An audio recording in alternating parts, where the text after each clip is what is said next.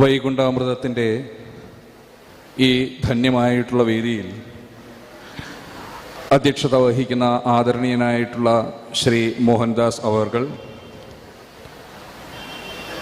ലളിത സുന്ദരമായിട്ടുള്ള ഭാഷണത്തിലൂടെ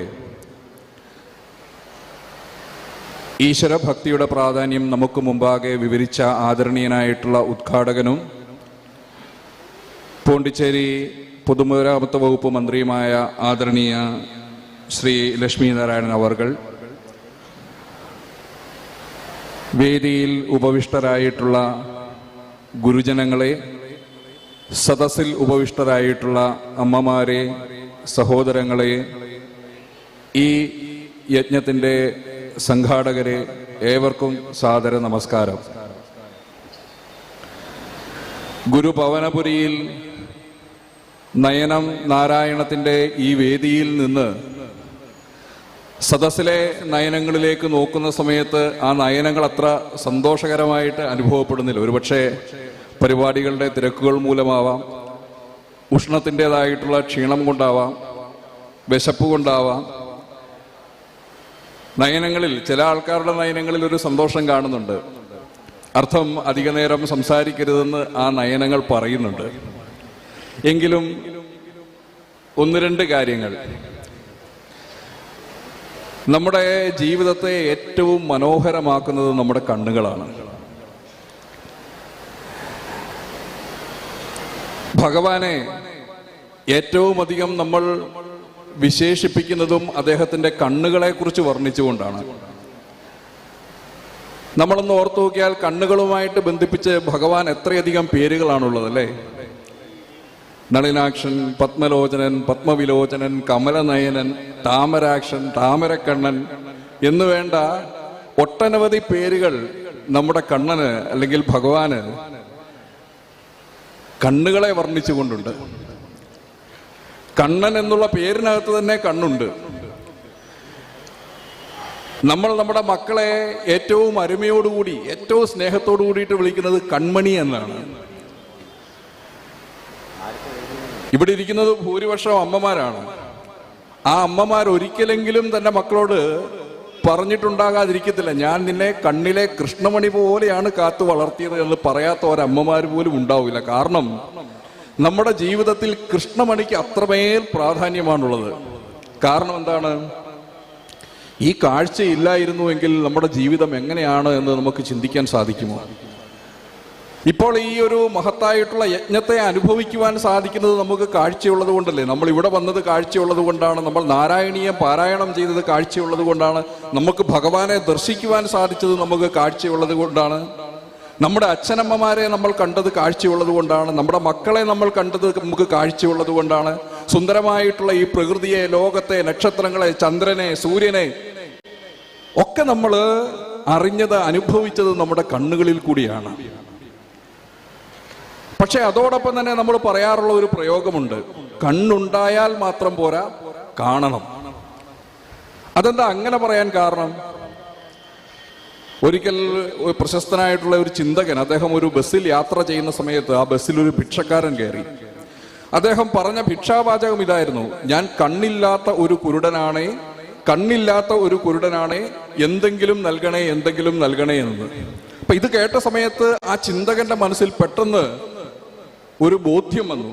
അദ്ദേഹം പറഞ്ഞു, കുരുടൻ എന്ന് പറയുന്ന പ്രയോഗം സാധാരണ ഉപയോഗിക്കത്തില്ലെങ്കിലും ഒരു ഉദാഹരണമായിട്ട് പറയുകയാണ്. കാഴ്ചയില്ലാത്ത ആളെന്നുള്ള അർത്ഥത്തിലാണ് ഉപയോഗിക്കുന്നത്.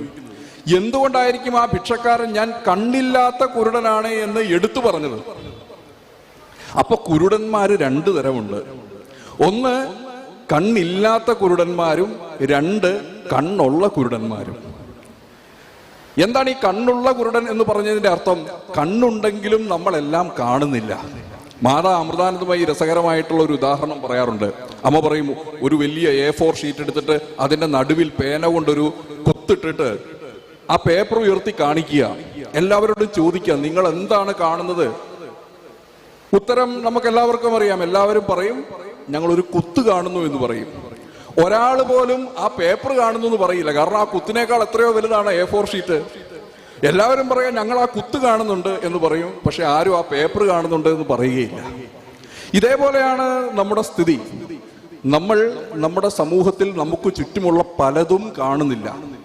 ഇവിടെ ഈ നയനം നാരായണീയം അങ്ങനെ നമ്മൾ കാണാത്ത ഒരു വലിയ സമൂഹത്തിന്റെ വേദനയെ നമ്മുടെ മുൻപിലേക്ക് എത്തിക്കുന്നതിന് വേണ്ടിയിട്ട് ഈ സത്സംഗത്തിൽ അതിനൊരു അവസരം ഒരുക്കിയിരിക്കുകയാണ്. ആ വേദന നമുക്ക് ചുറ്റുമുള്ള കാഴ്ചയില്ലാത്ത ഒരു സമൂഹത്തെ സംബന്ധിച്ചിട്ടാണ്. നമ്മുടെ ഭാരതത്തിൽ അടുത്തിടെ കണക്കെടുപ്പുകളൊന്നും നടന്നില്ലെങ്കിലും ഉദ്ദേശം 1 കോടിയിലധികം പേർക്ക് കാഴ്ചയില്ല. 1 കോടിയിലധികം ആൾക്കാർക്ക്. അതിൽ ഏകദേശം 40 ലക്ഷത്തോളം ആൾക്കാർ നേത്രപടലത്തിന്റെ കോർണിയയുടെ തകരാറ് മൂലം കാഴ്ചയില്ലാത്തവരാണ്. അതിൽ തന്നെ 10 ലക്ഷത്തോളം പ്രായക്കുറവുള്ള ചെറിയ കുട്ടികളുണ്ട്. പറഞ്ഞു, കാഴ്ചയില്ലെങ്കിൽ സ്വന്തം അച്ഛനമ്മമാരെ പോലും കാണുവാനായിട്ട് സാധിക്കത്തില്ല. അങ്ങനെ അച്ഛനമ്മമാരെ കാണാത്ത, സുന്ദരമായിട്ടുള്ള ലോകം കാണാത്ത 1 കോടിയിലധികം ആൾക്കാർ, അതിൽ 40 ലക്ഷത്തോളം ആൾക്കാർ നേത്രപടലത്തിന്റെ തകരാറ് കൊണ്ട് കാഴ്ചയില്ലാത്തവർ. പക്ഷെ അവർക്കൊരു സൗഭാഗ്യമുണ്ട്. ചെറിയൊരു ശസ്ത്രക്രിയ നടത്തിയാൽ കാഴ്ച തിരികെ ലഭിക്കും. പക്ഷെ ആ ശസ്ത്രക്രിയ നടക്കണമെന്നുണ്ടെങ്കിൽ അവർക്ക് പകരം വെക്കുവാനായിട്ടുള്ള കോർണിയ ലഭിക്കണം. ഈ കോർണിയ ലഭിക്കണമെങ്കിലോ എവിടെ നിന്നാണ് ലഭിക്കുക? നിർഭാഗ്യവശാൽ ഇന്നേ വരെ ശാസ്ത്രലോകത്തിന് കൃത്രിമമായിട്ടുള്ള ഒരു കോർണിയ നിർമ്മിച്ചെടുക്കുവാൻ വേണ്ടിയിട്ട് സാധിച്ചിട്ടില്ല. അതുകൊണ്ട് തന്നെ യഥാർത്ഥത്തിലുള്ള നേത്രപഠനങ്ങൾ ലഭിക്കുകയാണ് എങ്കിൽ മാത്രമേ ഇവർക്ക് കാഴ്ച ലഭിക്കുകയുള്ളൂ. യഥാർത്ഥത്തിലുള്ള നേത്രപഠനം എവിടുന്നാണ് ലഭിക്കുക? സ്വാഭാവികമായിട്ടും ജീവിച്ചിരിക്കുന്ന ആൾക്കാർക്ക് കൊടുക്കുവാൻ സാധ്യമല്ല. കാരണം നമുക്ക് കാഴ്ച അനിവാര്യമാണ്. പിന്നെ എപ്പോഴാണ് കൊടുക്കുവാൻ സാധിക്കുക? നമ്മുടെ കാലശേഷം നേത്രപഠനങ്ങളെ ദാനം ചെയ്യുവാൻ, നൽകുവാൻ വേണ്ടിയിട്ട് സാധിക്കും. അങ്ങനെ നൽകിയാൽ 40 ലക്ഷം പേരെ നമുക്ക് വെളിച്ചത്തിന്റെ ലോകത്തിലേക്ക് നയിക്കുവാൻ വേണ്ടിയിട്ട് സാധിക്കും. പക്ഷേ ഇവിടെ ഇരിക്കുന്ന നമുക്കറിയാമോ എന്നറിയില്ല, അത് സംഭവിക്കുന്നില്ല. ഒരു വർഷം നമ്മുടെ ഭാരതത്തിൽ ആകെ നടക്കുന്ന നേത്രദാനം 35,000 മുതൽ 50,000 വരെ മാത്രമാണ്. അർത്ഥം, ഒരു വർഷം 35,000 നേത്രദാനം നടന്നാൽ ഈ 40 ലക്ഷം പേർക്ക് കാഴ്ച ലഭിക്കണമെന്നുണ്ടെങ്കിൽ എത്ര വർഷം കാത്തിരിക്കണമെന്ന് നമ്മളൊന്ന് ചിന്തിച്ചു നോക്കൂ. അതേസമയം എന്താണ് സമൂഹത്തിൽ നടക്കുന്നത്? നമുക്ക് വർണ്ണനാതീതമായിട്ടുള്ള ക്രൂരതയെയും നമ്മൾ വിളിക്കുന്നത് കണ്ണില്ലാത്ത ക്രൂരത എന്നാണ്. കണ്ണില്ലാത്ത ക്രൂരത നമ്മുടെ സമൂഹത്തിൽ നടക്കുന്നു. എന്താണ് ആ കണ്ണില്ലാത്ത ക്രൂരത? ആ ക്രൂരതയിൽ നമ്മൾ ഓരോരുത്തരും ഭാഗമാണ്. ഇത്രയധികം പേര് കാഴ്ചയ്ക്കായിട്ട് നമ്മുടെ കനിവ് കാത്തിരിക്കുന്ന സമയത്ത് നിർദയം നമ്മുടെ നാട്ടിൽ ഒരു ദിവസം 30,000-ത്തിലധികം നേത്രങ്ങളാണ് അഗ്നിക്ക് കൊടുത്ത് ചാമ്പലാക്കുന്നത്. ആ പാപത്തിൽ നമ്മളെല്ലാവരും, മുഴുവൻ സമൂഹവും പങ്കാളിയാണ്. ഇത്രയധികം പേർ കാഴ്ചയ്ക്ക് വേണ്ടിയിട്ട് കാത്തിരിക്കുന്ന സമയത്ത് നിത്യേന 30,000-ത്തിലധികം നേത്രങ്ങൾ നിർദയം കത്തിച്ചു കളയുന്നു, അല്ലെങ്കിൽ മണ്ണിൽ കുഴിച്ചു മൂടപ്പെടുന്നു. നമ്മുടെ കണ്ണുകൾക്ക് ഒരു പുരുഷായുസ് കൂടി നിലനിൽക്കുവാൻ വേണ്ടിയിട്ട് സാധിക്കും. ആയുസ് എത്തിയിട്ടല്ല ഈ നേത്രങ്ങളൊക്കെ അഗ്നി വിഴുങ്ങുന്നത്. അതാണ് നമ്മൾ അറിയേണ്ടത്. വൈദ്യശാസ്ത്രപരമായിട്ടുള്ള കാര്യങ്ങൾ വിശദീകരിക്കുവാൻ ഡോക്ടർ ഉള്ളതുകൊണ്ട് ആ ഭാഗത്തേക്ക് കടക്കുന്നില്ല. എങ്കിലും മരിച്ച് 6 മണിക്കൂറിനുള്ളിൽ ഇടപെട്ടാൽ നമുക്ക് നമ്മുടെ നേത്രങ്ങളെ രക്ഷിക്കുവാൻ വേണ്ടിയിട്ട് സാധിക്കും. അങ്ങനെ ഒരാൾ തങ്ങളുടെ നേത്രങ്ങളെ രക്ഷിച്ചാൽ 2 പേർക്ക് അത് വെളിച്ചം പകരും. ഒരാൾ നേത്രദാനം നൽകിയാൽ 2 പേർക്കാണ് കാഴ്ച ലഭിക്കുക. നേത്രദാനം എന്ന് പറയുന്ന സമയത്ത് ഈ കണ്ണ് ചൂഴ്ന്നെടുക്കുകയല്ല, നമ്മുടെ നേത്രപടലങ്ങൾ മാത്രമാണ് എടുക്കുന്നത്. മുഖത്ത് ഒരു തരത്തിലുള്ള വൈരൂപ്യവും ഉണ്ടാവില്ല. ഏതൊരാൾക്കും നേത്രദാനം ചെയ്യാൻ സാധിക്കും. ഏത് പ്രായത്തിലും ചെയ്യാൻ സാധിക്കും. പ്രമേഹമുള്ളവരാവട്ടെ, തിമിരത്തിന്റെ ശസ്ത്രക്രിയ നടത്തിയവരാവട്ടെ, ലേസർ ചികിത്സ നടത്തിയ ആളുകളാവട്ടെ. ഇപ്പൊ ഞാൻ ഇന്നലെ നമ്മുടെ കോട്ടയം ജില്ലയിൽ 125ാമത്തെ നേത്രദാനം 2 വർഷത്തിനുള്ളിൽ നടന്നു. സക്ഷമയുടെ പരിശ്രമ ഫലമായിട്ട് 250 പേർക്ക് കാഴ്ച കൊടുക്കുവാൻ വേണ്ടിയിട്ട് സാധിച്ചു. ഇന്നലെ നേത്രദാനം ചെയ്ത അമ്മയുടെ പ്രായം 93 അപ്പൊ 93ാമത്തെ വയസ്സിലും നേത്രദാനം സാധ്യമാണ്. ഒന്ന് ഓർത്തു നോക്കൂ, നമ്മൾ ഭഗവാന്റെ അടുക്കിലേക്ക് മോക്ഷം കിട്ടാൻ വേണ്ടിയിട്ടാണ് നമ്മുടെ പ്രയത്നമെല്ലാം. മോക്ഷം കിട്ടണമെങ്കിൽ നമ്മൾ സുഹൃതം ചെയ്യണം. ജീവിച്ചിരിക്കുന്ന സമയത്ത് മാത്രമേ സുഹൃതം ചെയ്യാവൂ എന്നുള്ള ധാരണയെ തിരുത്തുന്നതാണ് നേത്രദാനം. കാരണം ജീവൻ വെടിഞ്ഞതിന് ശേഷവും നമുക്ക് സുഹൃതം ചെയ്യുവാൻ വേണ്ടിയിട്ട് സാധിക്കും. അതുകൊണ്ട് സക്ഷമ മുന്നോട്ട് വെക്കുന്ന ആശയം ജീവിച്ചിരിക്കുമ്പോൾ രക്തദാനം, വിട പറയുമ്പോൾ നേത്രദാനം. അങ്ങനെ നേത്രദാനം ചെയ്യുന്ന സമയത്ത് എന്താണ് സംഭവിക്കുന്നത്? നമ്മുടെ പ്രിയപ്പെട്ടവർ രണ്ടു പേരിലൂടെ തുടർന്നും ജീവിക്കുകയാണ്. നമ്മുടെ പ്രിയപ്പെട്ടവരെ ഇഷ്ടത്തോടു കൂടിയിട്ടല്ലല്ലോ നമ്മൾ മരണത്തിന് വിട്ടുകൊടുക്കുന്നത്. അവരുടെ പ്രാണൻ രക്ഷിക്കുവാൻ ഏതെങ്കിലും തരത്തിലുള്ള ഒരു അവസരം ഉണ്ടെങ്കിൽ ആ അവസരം പരമാവധി നമ്മൾ ഉപയോഗിച്ച് ഒരു നിവൃത്തിയും ഇല്ലാതെ വരുന്ന സമയത്തെ മരണത്തിന് നമ്മുടെ പ്രിയപ്പെട്ടവരെ വിട്ടുകൊടുക്കാറുള്ളൂ. അങ്ങനെ നമ്മൾ മരണത്തിന് പ്രിയപ്പെട്ടവരെ വിട്ടുകൊടുക്കുമ്പോഴും നേത്രദാനത്തിലൂടെ നമുക്ക് അവരുടെ സാന്നിധ്യം നിലനിർത്താൻ വേണ്ടിയിട്ട് സാധിക്കും. അവരുടെ ശരീരം അഗ്നി സ്വീകരിച്ചെങ്കിലും അവരുടെ നേത്രങ്ങൾ തുടർന്നും ഈ ഭൂമിയിൽ കാണാൻ ബാക്കി വെച്ച കാഴ്ചകൾ കണ്ട് ജീവിക്കുന്നതിലും വലിയ സന്തോഷം അത് രണ്ടു പേർക്ക് വെളിച്ചം പകർന്നുകൊണ്ട് ആണെങ്കിൽ അതിനപ്പുറം ധന്യത വേറൊന്നുണ്ട്. അതുകൊണ്ട് നേത്രദാനം എന്നല്ല നമ്മൾ പറയേണ്ടത്, നേത്രരക്ഷ എന്നാണ് പറയേണ്ടത്. കാരണം അഗ്നി വിഴുങ്ങുമായിരുന്ന നേത്രങ്ങളെ രക്ഷിച്ചെടുത്ത് രണ്ടു പേർക്ക് വെളിച്ചം പകരുക എന്ന സത്കർമ്മമാണ്, സുഹൃതമാണ് നമ്മൾ ചെയ്തത്. അതുകൊണ്ട് ഈ നയനം നാരായണീയത്തിന്റെ വേദിയിൽ നേത്രരക്ഷയെക്കുറിച്ചാണ് നമ്മൾ ഏവരും ചിന്തിക്കുന്നത്. ഒരു ചെറിയ കാര്യം കൂടി സൂചിപ്പിച്ചുകൊണ്ട്, നമ്മളെല്ലാവരും ഭഗവാന്റെ ഭക്തന്മാരാണ്, ഗുരുവായൂരപ്പന്റെ ഭക്തന്മാരാണ്. ഗുരുവായൂരപ്പന്റെ ഭക്തന്മാരെന്ന് പറയുന്ന സമയത്ത് ഒരു യഥാർത്ഥ ഭക്തൻ ആരാണ്? ഒരു നല്ല ജനപ്രതിനിധി ജനങ്ങൾ ആഗ്രഹിക്കുന്ന രീതിയിൽ പെരുമാറുന്ന ആളാണോ, അതോ ഞാൻ ആഗ്രഹിക്കുന്നത് പോലെ ജനങ്ങളാകണമെന്ന് ചിന്തിക്കുന്ന ആളാണോ? ജനങ്ങൾ ആഗ്രഹിക്കുന്നതനുസരിച്ച് ഉയരുന്ന ആളാണ് നല്ല ജനപ്രതിനിധി. നല്ല പുത്രൻ എന്ന് പറഞ്ഞാൽ ആരാണ്?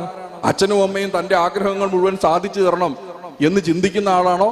അച്ഛനും അമ്മയും ആഗ്രഹിക്കുന്നത് പോലെ ഉയരുന്ന ആളെയാണോ നമ്മൾ നല്ല പുത്രൻ എന്ന് പറയുന്നത്? രണ്ടാമത്തെയാണ്. പക്ഷെ നല്ല ഭക്തന്റെ നിർവചനം വരുന്ന സമയത്ത് നമ്മൾ അവിടെ ചെറിയ കള്ളത്തരം കാണിക്കുന്നുണ്ട്. എന്താണ്? ഞാൻ ആഗ്രഹിക്കുന്നതെല്ലാം ഭഗവാൻ നൽകണമെന്ന് പറയുന്ന ആളാണോ ഇപ്പോൾ നല്ല ഭക്തൻ, അതോ ഭഗവാൻ ആഗ്രഹിക്കുന്നത് പോലെ ഞാൻ മാറണമെന്ന് ചിന്തിക്കുന്ന ആളാണോ നല്ല ഭക്തൻ? ഇപ്പോഴെന്താണ് സംഭവിക്കുന്നത്? അതുകൊണ്ട് ഭഗവാൻ ആഗ്രഹിക്കുന്നത് പോലെ നമ്മൾ മാറണം. എന്താണ് ഭഗവാൻ ആഗ്രഹിക്കുന്നത്? ആരായിരുന്നു ഭഗവാൻ ഏറ്റവും പ്രിയപ്പെട്ട ആൾ? മേൽപ്പത്തൂർ. എന്തുകൊണ്ട്? തന്റെ ഗുരുവിന്റെ വാതരോഗം ഏറ്റെടുത്തു, പീഡ ഏറ്റെടുത്തു. അതുകൊണ്ടാണ് ഭഗവാന് മേൽപ്പത്തൂര് പ്രിയനായിട്ട് മാറിയത്. അപ്പൊ മറ്റുള്ള ആൾക്കാരുടെ പീഡയെ ഏറ്റെടുക്കുന്ന ആളെയാണ് ഭഗവാൻ ഹൃദയത്തിൽ നെഞ്ചേറ്റുന്നത്. ആ ആചാര്യന്റെ നാരായണീയത്തെ ഹൃദയത്തോട് ചേർത്ത് പിടിക്കുന്ന ആൾക്കാർക്ക് ഈ 40 ലക്ഷം ആൾക്കാർ, നമ്മുടെ കനിവിന് വേണ്ടിയിട്ട് പ്രാർത്ഥിക്കുന്ന ഈ 40 ലക്ഷം പേരെ നെഞ്ചോട് ചേർക്കുവാൻ വേണ്ടിയിട്ട് സാധിക്കുകയില്ലേ? അങ്ങനെ നമുക്ക് സാധിച്ചാൽ തീർച്ചയായിട്ടും നമ്മളും ഭഗവാന് പ്രിയപ്പെട്ടവരായി മാറും എന്ന് നിസ്സംശയം പറയാൻ വേണ്ടിയിട്ട് സാധിക്കും. പീഡകൾ നമ്മുടെ മുമ്പിൽ വന്ന് വർണ്ണിക്കുന്ന സമയത്ത്, ആരെങ്കിലും നമ്മളോട് അപേക്ഷിക്കുന്ന സമയത്തല്ല നമ്മളത് ഏറ്റെടുക്കേണ്ടത്. സുധാമാവിന്റെ കഥ നമുക്കറിയാം. ഭഗവാന്റെ അടുക്കൽ ദുഃഖം പറയാൻ എത്തിയതാണ്. പക്ഷേ തന്റെ സതീർത്ഥ്യനെ കണ്ട സമയത്ത് അദ്ദേഹത്തിന് ഒന്നും പറയുവാൻ സാധിച്ചില്ല, പാവം കുചേലന്. പക്ഷേ ഭഗവാൻ എന്താണ്? തൻ്റെ പ്രിയപ്പെട്ട കൂട്ടുകാരൻ തന്നോടൊന്നും പറഞ്ഞില്ലെങ്കിലും അദ്ദേഹത്തിന്റെ ദുഃഖം മനസ്സിലാക്കി അറിഞ്ഞു പ്രവർത്തിച്ചു. കാഴ്ചയില്ലാത്ത ആൾക്കാർ നമ്മുടെ മുൻപിൽ ആരും അപേക്ഷിക്കാൻ വരത്തില്ല, കോർണിയ ദാനം ചെയ്യണേ, നേത്രങ്ങൾ ഞങ്ങൾക്ക് വേണ്ടിയിട്ട് ബാക്കി വെക്കണമേ എന്ന് അവരാരും വന്ന് നമ്മുടെ മുമ്പിൽ അപേക്ഷിക്കുവാൻ അവർക്ക് ത്രാണിയില്ല. പക്ഷേ ആ ത്രാണിയില്ലായ്മയെ തിരിച്ചറിഞ്ഞുകൊണ്ട് ഭഗവാൻ നാരായണന്റെ ഭക്തരായിട്ടുള്ള നമ്മൾ എങ്ങനെയാണോ കുചേലന് വേണ്ടിയിട്ട് ഭഗവാൻ സ്വയം അറിഞ്ഞ് പ്രവർത്തിച്ചത്, ആ ഒരു സന്ദേശം ഉൾക്കൊണ്ടുകൊണ്ട് നമുക്കും ഈ കാഴ്ചയ്ക്ക് വേണ്ടിയിട്ട് കനിവ് തേടുന്ന സഹോദരന്മാരെ സഹോദരിമാരെ വെളിച്ചത്തിലേക്ക് ഉയർത്തുവാൻ വേണ്ടിയിട്ട് സാധിക്കണം. ഇത് ഭക്തരെന്നുള്ള നിലയിൽ നമ്മുടെ കർത്തവ്യത്തിന്റെ ഭാഗമാണ്. മാനവസേവ, മാധവസേവ എന്നുള്ളതാണ് നമ്മുടെ ഒരു ഏറ്റവും വലിയ, നമ്മൾ ഉൾക്കൊള്ളുന്ന ഏറ്റവും വലിയ സന്ദേശം. ലോകാ സമസ്ത സുഖിനോ ഭവന്തു എന്നുള്ളതാണ് നമ്മുടെ പ്രാർത്ഥന. സർവേ ഭവന്തു സുഖിനഃ എന്നുള്ളതാണ് നമ്മൾ നിത്യേന ഉച്ചരിക്കുന്ന മന്ത്രം. ഈ മന്ത്രങ്ങൾ ഉച്ചരിക്കുന്ന നമുക്ക് ഈ ഒരു സമൂഹത്തെ കാണാതിരിക്കുവാൻ തീർച്ചയായിട്ടും സാധിക്കത്തില്ല. അതുകൊണ്ട് ഈ ഒരു അവസരം ഒരുക്കിയ നാരായണീയ സമിതിക്ക് സക്ഷമയുടെ നാമത്തിൽ കൃതജ്ഞത അർപ്പിക്കുന്നു. സക്ഷമ രാഷ്ട്രീയ സ്വയംസേവക സംഘത്തിൽ നിന്ന് പ്രേരണ ഉൾക്കൊണ്ട് 17 വർഷം മുമ്പ് ആരംഭിച്ച സംഘടനയാണ്. മഹാരാഷ്ട്രയിലെ നാഗപ്പൂരിൽ ഭിന്നശേഷി സേവന രംഗത്ത് വിവിധങ്ങളായിട്ടുള്ള കാര്യങ്ങൾ ചെയ്തു വരുന്നു. അതിലൊരു മുഖ്യ കാര്യമാണ് നേത്രദാനം. ഈ നേത്രദാനത്തിൻ്റെ പ്രാധാന്യം നമ്മളെല്ലാവരും ഉൾക്കൊള്ളണമെന്ന പ്രാർത്ഥനയോടുകൂടിയിട്ട് വിടവാങ്ങുന്നു. നമസ്കാരം. നമസ്തേ.